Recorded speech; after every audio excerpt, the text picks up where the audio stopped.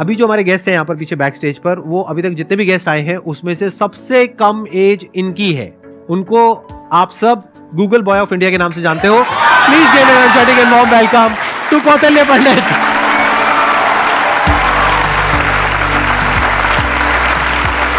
अरे अरे प्लीज बैठो। आपकी एज कितनी है पहले तो ये बता दो। तो अभी करंटली आई एम 14 ईयर्स। जी। आपको पता है यहाँ पर जितने भी लोग आए हैं उसमें सबसे कम एज आपकी है अभी। लेकिन सर मतलब जितने भी लोगों से अब तक मैं मिला हूँ आपकी एज के, मतलब 40-50 साल के या 30 ईयर्स के, आपके जितने भी शोज देखे हैं उनमें मेरे को तो सबसे कम उम्र के आप लगे हो। अरे ये बताइए मेरे को कि आपकी ये शुरुआत कैसे हुई? जब मैं 5 साल का था तो मुझे लिखना पढ़ना कुछ नहीं आता था। फिर ऐसे ही था कि मैंने 10-15 दिन में ही मतलब लिखना पढ़ना, like all the alphabets and everything I learn them. तो उसके बाद गर्मियों की छुट्टियों की बात है तो मेरे पापा जी एक स्कूल रन करते हैं छोटा सा गांव में, तो वहाँ पर मैं पढ़ता था। कहाँ के रहने वाले हो आप? मैं करनाल। अच्छा जी। तो वहाँ पर एक जैसे हॉलिडे होमवर्क देते सबको एक जनरल कि आपको जो वर्ल्ड मैप होता है, एटलस होता है, अगर जिन जिन को अच्छा लगता है आप वो करके आना, आप मतलब उसे समझ के आना। तो फिर ये मेरे दादाजी ने कहा, फिर पापा जी ने कहा कि तो मैं भी कर सकता हूँ।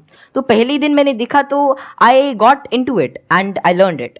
मैं उसमें सवाल पूछता गया और जितने भी मेरे कुछ भी मन में रहता तो वो सब आता गया and within 20 days or something I got used to it. और मुझे बहुत ही अच्छा लगने लगा। एंड जितना भी वर्ल्ड मैप वगैरह इस टाइप की रिगार्डिंग जितनी भी चीज़ें होती हैं, पॉलिटिक्स, इकोनॉमिक्स, वो सभी मुझे मतलब things were very easy for me. And उसी के बाद से लोग कहते गए कि नॉलेज बढ़ता गया और तब से मतलब यही है कि सीखने का प्रयास कर रहा हूँ। कुछ भी नई चीज़ मिलती है, like currently I am a student of 11th grade but I am learning things like astrophysics and quantum mechanics. तो I am not very into it but I like to study it. And जितना भी मेरे से हो सकता है मैं उसके अंदर कोई नई चीज़ देखने का प्रयास करता हूँ और कोई नया सवाल पूछने की कोशिश करता हूँ, क्योंकि जितने भी ज़्यादा क्वेरीज, जितनी भी ज़्यादा माइंड के अंदर जो भी कोई क्वेश्चन आता है I try to get it forward और वैसे ही सारी चीज़ें आसान होती रहती हैं। I try to delve myself deep into it, क्योंकि कोई भी फील्ड इस टाइप का I think that they need one thing that is really important for them, that is questioning। क्योंकि जितने ज़्यादा अलग टाइप के क्वेश्चंस पूछते हो उतना ज़्यादा आप उस चीज़ को अच्छी तरीके से समझ सकते हो। तो वही है कि मैं अभी भी क्वेश्चंस नए ढूंढ रहा हूँ, जवाब उनके मिल ही जाएंगे। बस ये है कि जितने ज़्यादा और नए और अच्छे क्वेश्चंस मेरे पास आते गए और आते हैं उनसे मैं आगे बढ़ने का कोशिश कर रहा हूँ। क्वांटम फिजिक्स में वेव पार्टिकल थ्योरी है। जी सर। तो उसको आपने स्टडी किया होगा। हाँ, जैसे कि wave particle theory, dual nature of light and matter, वो सब, हाँ वो सब अभी धीरे धीरे मैं कर रहा हूँ। और स्पेशली अभी तो मैं एस्ट्रोफिजिक्स जो है वो ज़्यादा पढ़ रहा हूँ। और जैसे कि डार्क मैटर है, डार्क एनर्जी है, तो या फिर माइक्रोवेव रेडिएशन है, बैकग्राउंड रेडिएशन, एक्सपैंडिंग यूनिवर्स, ये सारी चीज़ें मुझे काफ़ी इंट्रीग करती हैं और इनके बारे में मैं कुछ रिसर्च पेपर्स और अलग अलग चीज़ें अभी स्टडी कर रहा हूँ। तो जीरो पॉइंट फील्ड के बारे में भी आपने कुछ स्टडी करी है? नहीं, अभी ज़्यादा नहीं। अभी मैं जनरली जैसे अभी मैं टाइप 1A सुपरनोवा और उनके जो एक्सपेंशन है, लाइफ साइकिल ऑफ स्टार, उनके बारे में अभी मेरी रिसेंट स्टडी चल रही है। मैंने आपकी यूट्यूब पर एक वीडियो देखी थी जिसमें एक न्यूज़ एंकर आपसे कुछ पूछ रही थी और आप एक एक करके सारे सवालों के जवाब दे रहे थे। तो क्या अभी भी आप उस तरह से सवालों के जवाब दे सकते हैं? कोई भी आपसे कोई भी कैसा भी सवाल पूछेगा तो आप जवाब दे सकते हैं? क्योंकि ऐसा है कि नॉलेज तो एंडलेस है और सब कुछ तो कोई जान ही नहीं सकता। लेकिन ये है कि जितना ज़्यादा मतलब अपने सराउंडिंग्स को ऑब्जर्व करते हैं तो उतना ज़्यादा क्या है, जितना ज़्यादा आप नॉलेज ग्रहण करते रहते हैं उतना आपका माइंड एक तरह की मैग्नेट की तरह बन जाता है। और उसके बाद कोई भी इंफॉर्मेशन, कोई भी चीज़ वो आपको आती रहती है। और ऐसा है कि बहुत सारी चीज़ें मेरे को नहीं भी पता होती और मैं उनको सीखता हूँ। अगर मानो कोई नई चीज़ मेरे को आज पता चलती है तो मैं उसे सीखूंगा और that would be like great for me. तो कोई भी चीज़ I always like to entertain and get new answers and new questions, क्योंकि उसी से ही एक नया फील्ड, एक नया पर्सपेक्टिव मेरे लिए ओपन हो जाता है। एक्सीलेंट जी। तो अब एक काम करते हैं, आप में से किसी के भी माइंड में कोई भी क्वेश्चन है किसी भी तरह का तो वो आप इनसे पूछिए। मैं ये जानना चाहता हूँ कि क्या हम यूनिवर्स को जान सकते हैं कि वो कितना बड़ा है, या हम अभी तक जान पाए हैं? जी।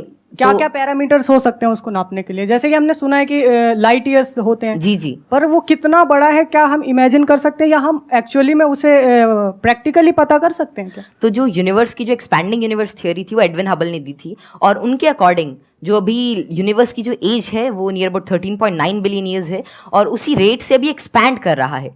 तो यूनिवर्स जो अभी हमारी थियोरी है यूनिवर्स के जो मोस्टली एक्सेप्टेड है, that is of expanding universe. अभी के हिसाब से हबल कांस्टेंट होता है दैट इज 65 मेगापास्क, तो जो डिस्टेंस ऑफ यूनिवर्स है that is h times d, तो वही 13.9 बिलियन टाइम्स लाइट ईयर। तो इतना भी हमारा एक एस्टिमेशन है कि इतना यूनिवर्स हो सकता है। जैसे आपने इतनी सारी नॉलेज गेन कर रखी है, क्या आप भूलते नहीं है चीज़ों को, या भूलते हैं? कब रिवाइज करते हैं? हम पढ़ते हैं तो हमें रिवाइज करना पड़ता है, अगले हफ्ते भूल जाते हैं, रिवाइज करने के आपके बाद साथ भी भूल ऐसा जाते हैं। एक्चुअली ऐसे ही होता है है ना? Yes sir. अगर आप किसी चीज़ को अच्छी तरीके से देख लेते हैं, उसे समझ जाते हैं, तो उसकी एक आउटलाइन आपके दिमाग में रहती है और फिर आपको उसे ज़्यादा रिवाइज करने की ज़रूरत नहीं रहती।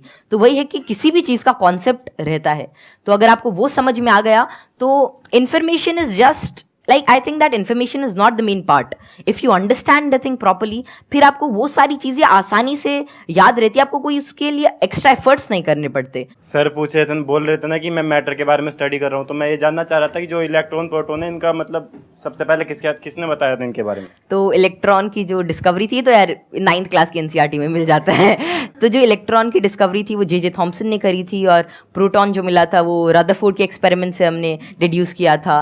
और चैडविक ने, मतलब जेम्स चैडविक ने जो बेरिलियम की, मतलब जो रेडियो एक्टिव सोर्स से डीके को स्टडी किया, तो उससे न्यूट्रॉन के बारे में पता चला था। ये तो बहुत बेसिक क्वेश्चन है भैया, कुछ अच्छा पूछो। थोड़े अच्छे क्वेश्चन पूछो, क्या पूछ रहे हो आप लोग यार? टोटली। मुझे आपसे एक क्वेश्चन है कि आप जितने सेलिब्रिटी से मिलते हो, तो आप इतने जो मिलने से पहले जो बात करने का जो एक होता है नर्वसनेस, इसको कैसे दूर करें? आप जैसे संदीप सर से बात कर रहे हो और बड़े बड़े आप सेलिब्रिटी से मिले हो, तो आप किस तरह से इतना एक्सपीरियंसली आप बात कर लेते हो किसी से? देखिए, जैसे आज मैं यही सोच के आया था कि मैं संदीप सर से मिलूंगा और उनसे बहुत कुछ सीखने को मिलेगा। तो ऐसा तो है नहीं कि संदीप सर आएंगे और मेरे से पूछेंगे चल ये बता, और फटाफट अगर कुछ गलत बताया जाए तो एक थप्पड़ मारेंगे, ऐसा तो होगा नहीं ना।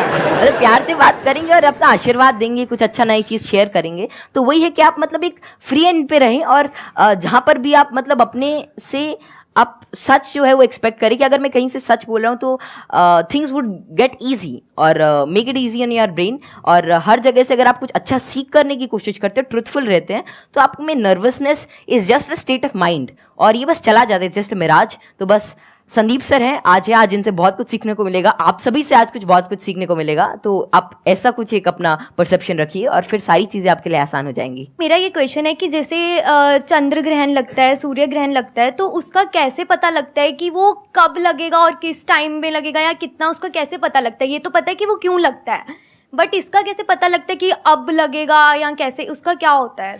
तो खैर ये जो टेक्नोलॉजी थी एस्टिमेट करने की कि कब सोलर एक्लिप्स, लूनर एक्लिप्स या कोई भी सेलेस्टियल मूवमेंट होगी, ये तो आज से मतलब कई हज़ार साल पहले ही डेड्यूस हो चुकी थी। और इसका रीज़न यही है कि ऑब्जर्वेशन से हम एवरेज टाइम निकाल सकते हैं। एक पैरेलैक्स एंगल आपने पढ़ा होगा कि उससे हम मतलब ये एवरेज स्पीड और एवरेज डिस्टेंस निकाल सकते हैं किसी भी चीज़ का, और उससे ही हम डिड्यूस कर सकते हैं कि कितना रेडियस है कि एक साल में इतना डिस्टेंस ट्रैवल करती है। फिर एपोजी पेरेजी, फिर केपलर्स लॉ लगा के सेमी मेजर एक्सिस वगैरह निकाल के, तो उससे हम उसका डिस्टेंस यूज़ कर सकते हैं, और फिर टाइम पीरियड से हम we can actually deduce it. और एक नई चीज़ लूनर एक्लिप्स वगैरह के बारे में ये है कि जैसे जैसे आजकल क्या है, जो due to tidal forces moon हमसे हर साल 3 सेंटीमीटर दूर जा रहा है। तो बहुत हज़ारों सालों बाद ऐसा होगा कि सन तो उतना ही रहेगा लेकिन चांद जो है वो छोटा हो जाएगा। तो उसके बाद मतलब एक्लिप्स जो होगी वो जिसे आजकल टोटल होती है उतनी नहीं होगी।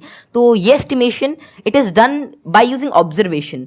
और एस्ट्रोनॉमी एक ऐसा फील्ड है जो हज़ारों सालों तक ऑब्जर्वेशन से ही चला, और बहुत सारे पुराने साइंटिस्ट जैसे केपलर, गैलीली, आर्यभट्ट, जितने भी बड़े लोग थे जो पुराने ज़माने के, वे सभी ऑब्जर्व करते थे। उनकी ऑब्जर्वेटरीज होती थी कि कैसे कैसे जो हेवनली बॉडीज़ हैं ये इंटरैक्ट कर रही हैं, कैसे कैसे ट्रैवल कर रही हैं, इनमें क्या चेंजेस हैं, और उन्हीं सभी चेंजेस को एस्टिमेट करके, उन सभी को देख के आज हमने मतलब ऐसी सारी टेक्नोलॉजी को रिड्यूस किया है कि जिससे हम कर सकते हैं, एस्टिमेट कर सकते हैं उनका टाइम पीरियड, उनका डिस्टेंस, और कैसे वे एक्ट करेंगे। Excellent ji, big round of applause for him.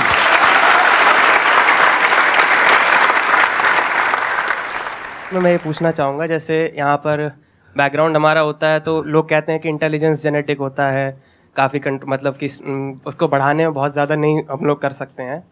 तो आपका इस पर क्या व्यू है कि इंटेलिजेंस, जैसे आईक्यू टेस्ट भी आप बार बार दोगे तो आपका आईक्यू का स्कोर बढ़ने लगेगा उसमें, तो आपका इसमें क्या कमेंट रहेगा कि इंटेलिजेंस के लिए आप क्या व्यू रखते हैं? ये ना बहुत इंटरेस्टिंग क्वेश्चन है जी सर। और मैं ये क्वेश्चन के आंसर से पहले एक बार, अगर आपके पेरेंट्स आए हुए हैं, आपके फादर हाँ, आए हुए हैं, पापा जी आए हुए हैं, मैं एक बार उनसे भी कुछ बात करना चाहूंगा। एक बार उनको माइक दीजिए। मैं आपसे ये जानना चाहूंगा कि आपके जो बेटे हैं ये तो सबको पता है कि किस तरीके से चीजों को याद रखते हैं, किस तरह से एक्सप्रेस करते हैं। क्या आप भी इसी तरीके से चीजों को याद रख पाते हैं? पहले तो बहुत बहुत धन्यवाद जो आपने माइक दिया, और जो आपके आज दीदार हुए। हम बहुत दिनों से कुछ एक गिने चुने शख्सियत ऐसे जिनसे नहीं मिल पाए, उनमें एक संदीप माहेश्वरी थे, और जैसे ही कौटिल्य को पता लगा कि उनसे मिलने का मौका मिलेगा, ये बहुत ज़्यादा एक्साइटेड था आपसे मिलने के लिए। Thank you. मेरे पिताजी भी काफ़ी इंटेलिजेंट व्यक्ति थे, कौटिल्य भी इंटेलिजेंट है, और हम बीच की पीढ़ी हैं। थोड़ा सा मैं कुछ कम हूँ, ये दोनों दादा पोता थोड़े ज़्यादा। बहुत ऐसे बच्चे हैं जो मेरे से बहुत ज्यादा इंटेलिजेंट है, मेरे को लगता है, जिनकी बात करने के ढंग से, जो इतने ज्यादा, आपने छोटे बच्चे को देखा होगा, बहुत अच्छे अच्छे सवाल पूछते हैं, मतलब वे कुछ भी पूछ लेते हैं, और मतलब आपको लगता है कि अरे नहीं, ये तो इससे मतलब एज से बहुत ऊपर की चीज़ है, मतलब या तो आप किसी और मूड में होते हो, और हम उसे इग्नोर कर देते हैं। तो जैसे जैसे हम सवाल पूछते हैं, उतना ज़्यादा हमारे अंदर एक मतलब चीज़ों को जानने के लिए एक चाह रहती है, और अगर हम वो उस क्यूरियोसिटी को कर्ब नहीं करते हैं तो उतनी ही ज़्यादा मतलब वो बाद में सवाल पूछता है, उसके एक इंक्विजिटिव ब्रेन रहता है, और curiosity something that drives this intelligence, and I don't think that there is such a great involvement of IQ and genetics. लेकिन हाँ, अगर आपका मन है कि कोई चीज़ जानने का, कोई चीज़ करने का, then it's all about will power, और कितना आप उसमें टाइम डिवोट करते हैं, कितना आप क्यूरियोसिटी और इंटरेस्ट से काम करते हैं। Because even Richard P Feynman said, it really doesn't matter कि how much you know, but it matters कि आप कैसे चीज़ों के बारे में सोच रहे हैं, और कितना इन्फॉर्मेशन आपके पास है, कितना नॉलेज आपके पास है। It really doesn't matter until and unless you try to use that knowledge, और आप उस नॉलेज से कोई नई चीज़ को समझने का प्रयास करते हैं। और कोई नई चीज़ तभी आ सकती है जब आपके पास कोई नया सवाल होगा। आपने बड़ी अच्छी बात बोली कि क्यूरोसिटी हम सबके अंदर होती है। जी सर। लेकिन होता क्या है कि घर में जाकर के हम उल्टे पुल्टे क्वेश्चंस पूछते हैं, जबकि क्वेश्चंस उल्टे पुल्टे नहीं होते हैं, सामने वाले को समझ नहीं आता है तो उसके लिए उल्टे हो जाते हैं, तो वो उसको चुप करा देते हैं। हाँ, बच्चे को चुप करा देते हैं, और वहीं पे उसकी क्यूरोसिटी मर जाती है। उसके बाद में क्वेश्चनिंग खत्म हो जाती है, उसके बाद में वो रटना शुरू कर देता है। रटने में इंटरेस्ट तो आता नहीं है, तो ना तो अब रट पाते हैं ना समझ पाते हैं, बिल्कुल दोनों तरफ से चले गए। तो अब मैं ये आपसे जानना चाहूंगा कि क्या बचपन में जब आपने क्वेश्चनिंग करी, इस तरह के क्वेश्चंस पूछते थे, शुरू में तो आपने अपने पेरेंट्स से पूछा होगा या अपने आसपास में जो लोग थे उनसे पूछे होंगे जी, तो क्या आपको सपोर्ट मिला? क्या उन्होंने आपको एनकरेज किया, या उन्होंने भी आपको यही कहा कि क्या फालतू के क्वेश्चंस पूछ रहा है? नहीं, जैसे I think I was fortunate enough कि जितने भी मैं सवाल पूछता, कोई ना कोई मेरा जवाब दे ही देता था। और बात शुरू ऐसी होती थी कि मानो कोई घर पे कोई बात चल रही है किसी भी चीज़ को लेकर, मानो दे टॉकिंग अबाउट के एक इकोनॉमिक क्राइसिस है देश में, तो मैं उसके अंदर मैं सुनता रहता था, या कोई भी ऐसी चीज़ हो रही है, कोई स्पेस मिशन जा रहे हैं, मैं सुनता रहता था, मैं चीज़ों को ऑब्जर्व करता था। और वैसे ही मेरे जो भी सवाल आते, I was fortunate enough to get their answers. और मानो अगर मेरे को उसका जवाब नहीं भी मिलता तो मैं पूरे दिन उनसे पूछता रहता। तो एक तो मैंने भी कसम खा रखी थी कि जवाब तो चाहिए ही, तो मैं खाते हुए भी यही पूछता, नहाते हुए भी यही पूछता, और जो भी काम करता मैं मतलब मेरे दिमाग में वही रहता जब तक वो रिजॉल्व नहीं होता। तो ज़्यादा मेरे को दिक्कत नहीं आई, और मेरे को जल्दी ही जवाब मिल गया। और अगर कोई भी ऐसा रहता तो मतलब मैं भी ठीक था, और मेरे family and everything they supported me really well. तो यहाँ पे वो जो पेरेंट्स मुझे अभी देख रहे हैं उनके लिए एक बहुत बड़ा लेसन है कि अगर बच्चे कुछ क्वेश्चंस पूछते हैं तो उनके जवाब देने चाहिए, हमें पीछे नहीं हटना चाहिए, और अगर जवाब नहीं है तो हमें बोलना चाहिए, हाँ हाँ, विद ऑल दी हम्बलनेस कि भाई हमारे पास में जवाब नहीं है, आप खुद फिगर आउट करो जाकर। मतलब सर जब मैं छोटा था तो इट वाज लीन लाइक 2013 और समथिंग, और तब मतलब यही इंटरनेट बहुत कम था, और तो यही था कि कोई सवाल मेरे मन में आता, शायद वो नहीं पता रहता, तो मेरे पापा जी एक डोंगल आता था, मतलब वोडाफोन का, बहुत महंगा उसका रिचार्ज था, मतलब ऐसे मतलब अभी चला तो एक वीडियो देखने के बाद ही खत्म हो जाता था तो फिर वो लाते, और मतलब मेरा जो भी सवाल रहता मेरे को उसका आंसर मिलता। तो ऐसे ही एटलस आती थी और कई सारी बुक्स थी, उन्होंने मेरी बहुत हेल्प करी। और अगर कभी मानो पर्सनल मतलब कोई और out of the box idea आता है, कोई क्वेश्चन आता, तो उसका जवाब मुझे किसी भी सोर्स से मिल जाता। Thank you ji, thank you Kautilya. Okay, pleasure meeting you. चलो मिलो।